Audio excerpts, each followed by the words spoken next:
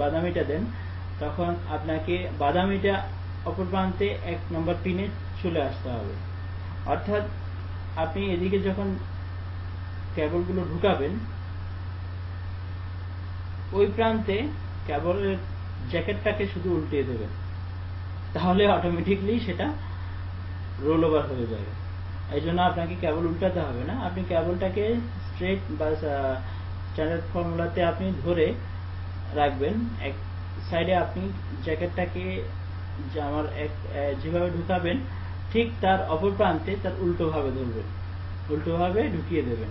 তার পাঞ্চ করার সিস্টেমটা আমি আপনাদেরকে বললাম, সেম পদ্ধতিতে আপনারা পাঞ্চ করবেন।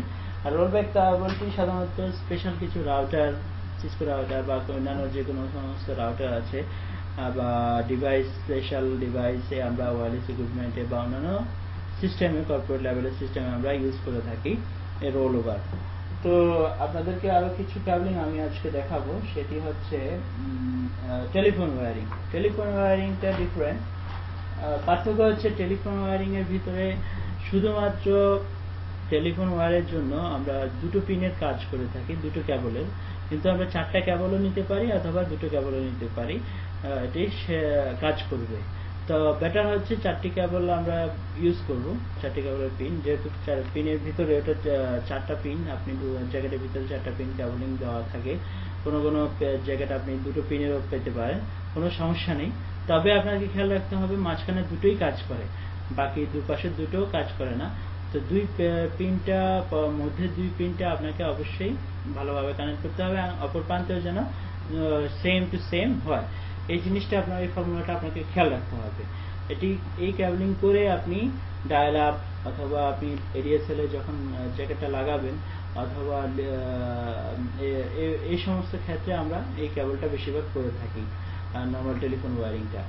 আর যেটি লিজ লাইনের ক্ষেত্রে বিভিন্ন ইকুইপমেন্ট ভেদে বিভিন্ন রকম হয়ে থাকে, সেটার জন্য লিজ লাইনের মডেমগুলোতে আমরা স্পেশালি ক্যাট 45টা ইউজ করে থাকি বা 47 যে কেউ বলে।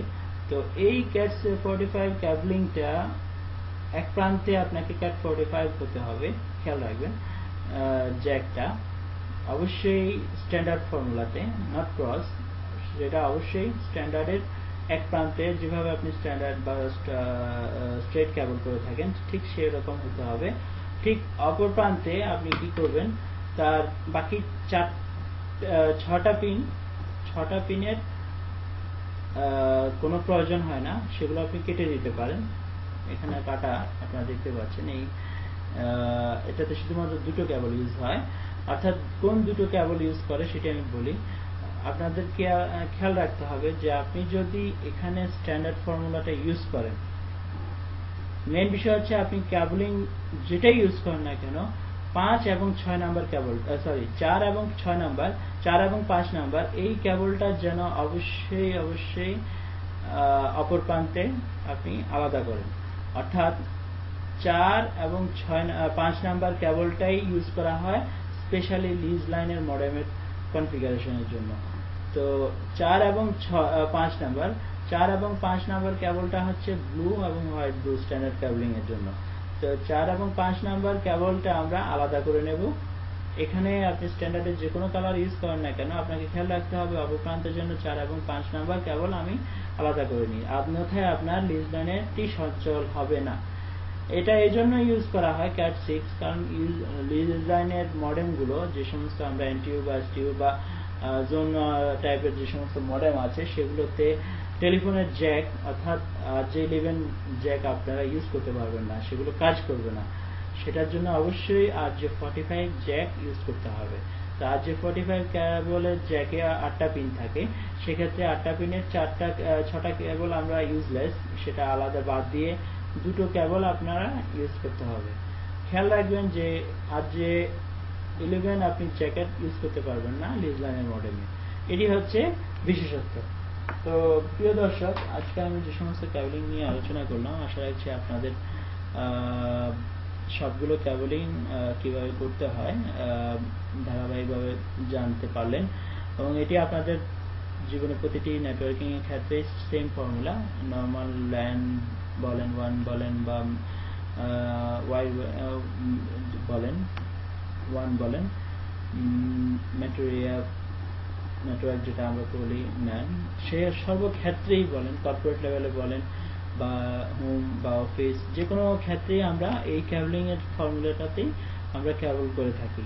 তো এই ফর্মুলাটা আপনার যদি জানা থাকে তাহলে আপনি যে কোনো ক্ষেত্রে অর্থাৎ যে কোনো জায়গাতে আপনি ক্যাবল করে আপনার ক্যাবলের সমাধান করতে পারবেন। তো আপনাদের জ্ঞাতার্থে বলতে যাচ্ছি যে স্ট্যান্ডার্ড ফর্মুলাটা আমরা কেন ইউজ করি। স্ট্যান্ডার্ড ফর্মুলাটা ইউজ করলে হচ্ছে কি, আপনি যখন এটি ক্যাবল করে গেলেন, আপনার ব্যাকে যারা কাজ করবে তাদের হেল্পের জন্য ওই ফর্মুলাটা আপনার করে যাওয়া। অর্থাৎ আপনি যদি কোনো কারণে ভুল করে থাকেন তাহলে তারা সেটা স্ট্যান্ডার্ড ফর্মুলাটা মেনে ওই ক্যাবলগুলো রিপেয়ার করতে পারে। সেক্ষেত্রে স্ট্যান্ডার্ড ফর্মুলাটা আপনারা ইউজ করবেন। আর এক্সপার্ট লেভেলে কাজ করার জন্য আপনি যদি এক্সপার্ট হয়ে যান তো আপনি খেয়াল রাখবেন যে 1, 2, 3 এবং 6 নাম্বার কেবলটা আমরা মোস্টলি ইউজ করি স্ট্যান্ডার্ড বা স্ট্রেট কেবলিং এর ওয়্যারিং এর জন্য। এটি সাধারণত এই 4টা পিন ল্যানের যে কোনো ক্ষেত্রেই কাজে ব্যবহৃত হয়। শুধুমাত্র স্পেশাল কেবলের জন্য যেটা বললাম রোল ওভার বা রোল ব্যাক, ওটার ক্ষেত্রে আলাদা, ওটার জন্য 8টা পিনের কেবলের প্রয়োজন হয়, 8টা পিনই কাজ করে থাকে। তো এই বিষয়গুলো আপনাদেরকে ভালোভাবে জানতে হবে। তো আদারওয়াইজ যে ক্যাবলিং এর অন্য কোনো রুলস বা ফর্মুলা নাই, এই ফর্মুলাটাই আমরা সাধারণত সারা বিশ্বে আমরা ওয়্যারিং করে থাকি, ওয়্যারিং করা হচ্ছে। তো আপনাদের আর বেশি কিছু জানা থাকলে বা কিছু বলার থাকলে আপনারা ইমেল করতে পারেন। তো আজ এই পর্যন্তই। আগামীতে ইনশাআল্লাহ আমরা ওয়্যারলেস ইকুইপমেন্ট, ওয়্যারলেস কেবলিং কিভাবে করতে হয় সেগুলো নিয়ে জানবো। অপটিক্যাল ফাইবার অপটিক কিভাবে কেবলিং করতে হয় সেগুলো জানবো, দেখবো। তো আজ এই পর্যন্ত আপনাদেরকে বিদায় জানাচ্ছি। ধন্যবাদ আমাকে দেখার জন্য। আর সবসময় নেটের সাথে থাকবেন। সবাইকে আন্তরিক শুভেচ্ছা, অভিনন্দন, ধন্যবাদ।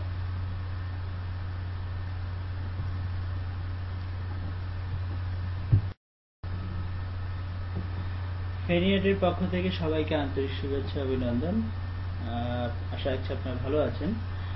তো আপনাদেরকে গত পর্বে আমি কেবলিং সম্বন্ধে ধারণা দিয়েছি, ক্যাট 45 এবং ক্যাট 6, 5, 7 এবং আরজে 45 কেবলিং কিভাবে করতে হয়, আর আরজে 11 কেবল কিভাবে করতে হয়, ল্যান কেবল কি, এ সম্বন্ধে। তো আপনাদেরকে আজকে কিছু আইডিয়া দেব যেটি খুবই গুরুত্বপূর্ণ।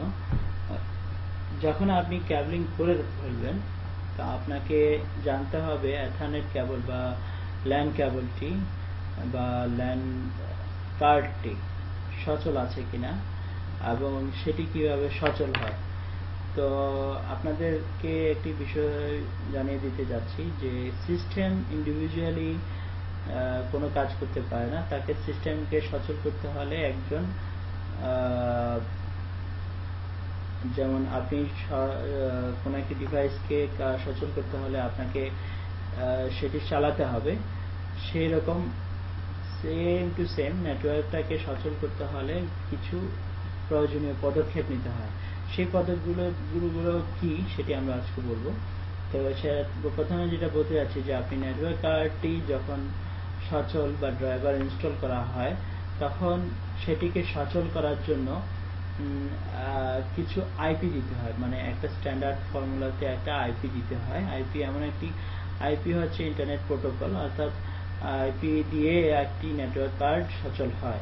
আপনার সিস্টেম বা আপনি যে কম্পিউটার ইউজ করছেন সেটিতে যদি যখন আইপি না পায় তখন ওই নেটওয়ার্ক কার্ডটি সচল থাকলেও ওটি কাজ করবে না, শুধুমাত্র আইপির কারণে। ধরা যাক আপনি একটি মোবাইল ইউজ করছেন, আপনার মোবাইলে যে সিম কার্ডটি আছে মনে করেন সেটি হচ্ছে আপনার ল্যান কার্ড। তো যেহেতু এটি